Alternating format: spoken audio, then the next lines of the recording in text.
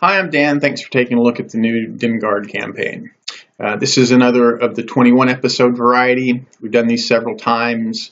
They take the PCs from first level to 20th level and have a capstone chapter. So while it says 21 chapters, 21 episodes, however you want to refer to it, that's not going to be 21 sessions. Each chapter is designed to have enough XP to take the PCs up one level. So chapter 3, they're going to come in at 3rd level and they will finish with enough XP to be at 4th level. Right. So that is, while it is technically possible, and in the past I have done each of those in a single session. The truth is that it just really does put a burden on the game that is not pleasant. Right? It's not. You have to be really focused on getting all that XP crammed in there, and you can't really relax and enjoy and joke around. So while it's 21 chapters, it is expected to be more like 30 sessions to accommodate, because some of those chapters are going to be 2 sessions. And set in Dimgaard. All my stuff is set in Dimgaard now that I write on my own. If you're not familiar with Dimgaard, I'm putting a link to the campaign guide at the bottom. And then I'm going to use, this will be my cold opening for all of my new campaigns, and I will give the specifics of this campaign in just a moment here.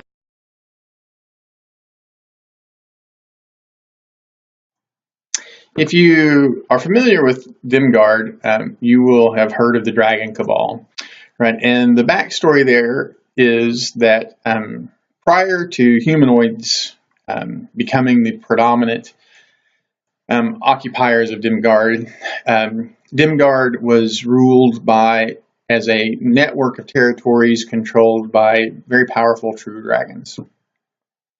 Then, when the elves emerged as a sentient race, the Archfey within the Feywild favored them. They were like, oh, we like these elves. And they wanted them to become the predominant race in Dimgaard.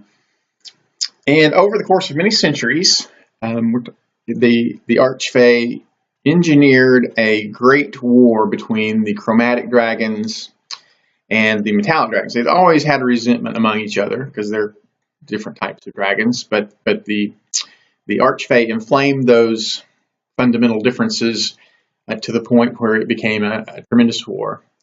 And in the end, the metallic dragons won. They either drove out all the powerful chromatic dragons or killed them, absorbed their territories into their own. But the few surviving metallic dragons were so weakened by the war that the Archfey then felt comfortable delivering an ultimatum to them. You have to evacuate Dimgaard or we're going to kill you too. That we've decided that this is going to be the domain of the elves. And so that whole process, that whole many centuries long involvement of the Archfey in the territories of the dragons is known as the Great Reduction. And because of it, dragonkind in Dimgaard have just a fundamental hatred of Fey of any kind. And elves, anyone with Fey ancestry is going to have that bias by dragonkind. Elves don't really have that bias, right? They recognize why dragonkind have that anger against them, but they don't feel any responsibility to it. They benefited from it, but they didn't request the Archfey's interference. They were perfectly happy as a species cohabitating with dragons. The elves, as they do now, stick to the deep sylvan environments, and they were kind of live and let live.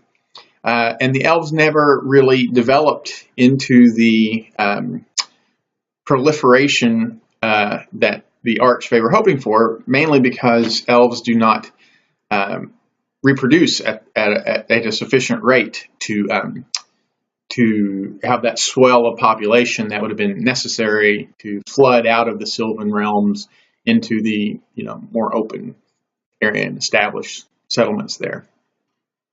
So it ended up being just sort of an empty territory. You had the dragons evacuated, just leaving these big voids, and that into that void you had waves of human migration, and so humans actually ended up being the race that proliferated across Dimgaard once the dragons were forced to evacuate. So thousands of years have gone by since that happened, and one of those dragons who was forced to leave was at the time an ancient gold dragon named Rugarth.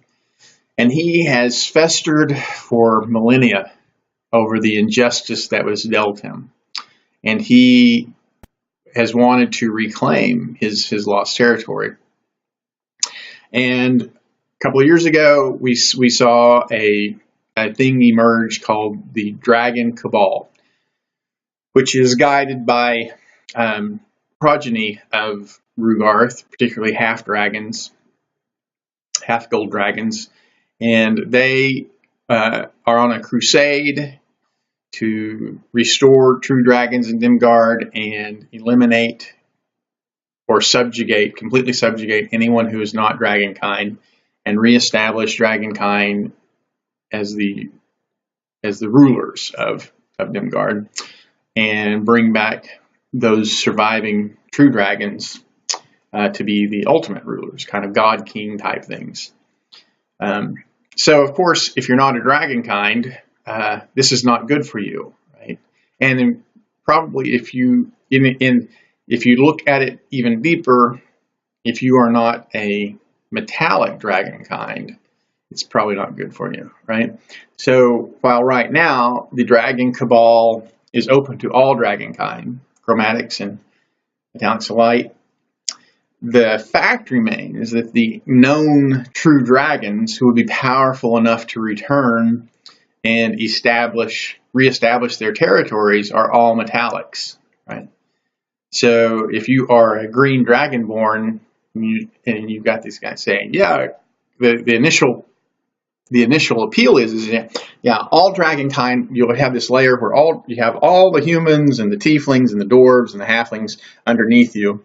And then there will be the dragonkind, and then we'll have these ruler dragons. And that sounds great until they say, oh yeah, and by the way, all those ruler dragons are going to be gold dragons and silver dragons, because there are no ancient chromatic dragons that we know of at this time. And so suddenly you're like, so I would be a green dragonborn living under the rulership of a silver dragon. How would that go for me? How would that work for me?